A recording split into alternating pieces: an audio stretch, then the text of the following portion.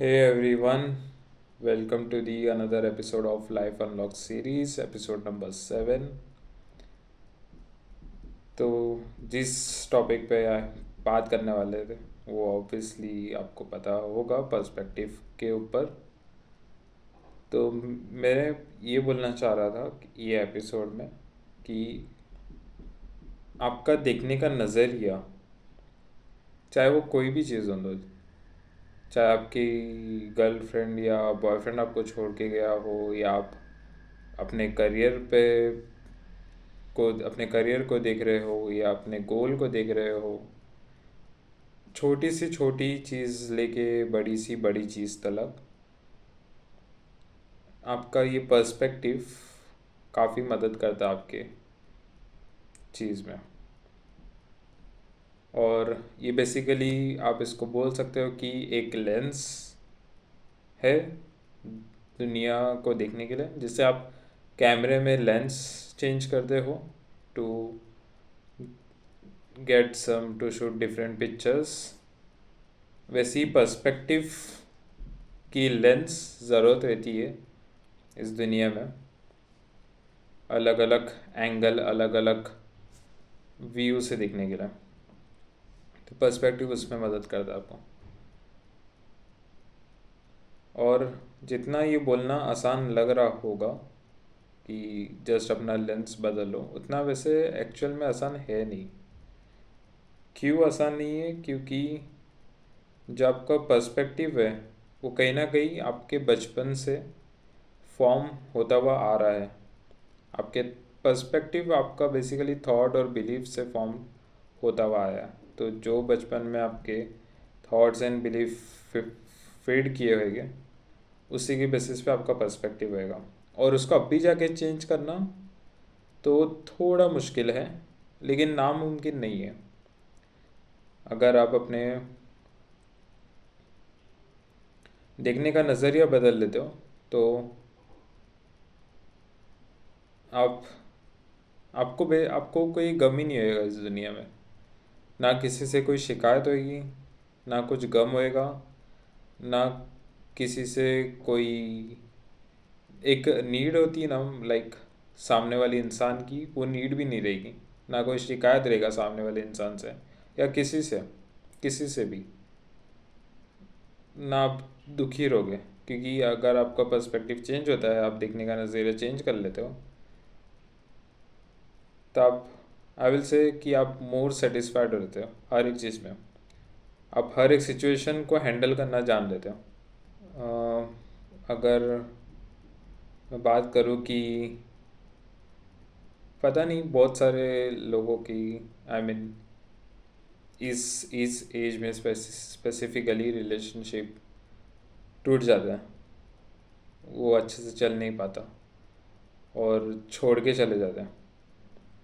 तो अगर आपका पर्सपेक्टिव उसके रिलेटेड भी चेंज हो तो आपको उससे भी कोई फ़र्क नहीं पड़ेगा, क्योंकि आपको पता है आपके पर्सपेक्टिव के ज़रिए से कि लोग आते हैं, जितना उनका और आपके बीच में समय तय होता है, और फिर छोड़ के चले जाते हैं। तो ये काफ़ी अच्छी चीज़ है पर्सपेक्टिव को चेंज करना। अगर अपने पर्सपेक्टिव को चेंज करना है, जो कि मैं अपने पर्सपेक्टिव को चेंज करने के लिए यूज़ करता था, आई मीन अप्लाई करता था पिछले 5 साल से, वो है वाई पूछना। हर चीज़ में वाई, कि सामने वाले ने ऐसा क्यों किया या मेरे साथ ऐसा क्यों हुआ है, उनका उनका रीज़न फिगर आउट करने के लिए। और जब आपको रीज़न पता चल जाता है ना, तो आप सेटिस्फाइड होते हो। आपकी perspective towards that thing is completely changed. चाहे चाहे आप अपने इसको इसको गोल में भी अप्लाई कर सकते हो आप अपने, कि अपने गोल पे एक तरीका नहीं है पहुंचने का, उस पे उसके कई सारे तरीके हैं। कई सारे तरीके मतलब उसको आप कई सारे नज़रिए, कई सारे पर्सपेक्टिव को यूज़ करके अपने गोल पे पहुंचा जा सकता है।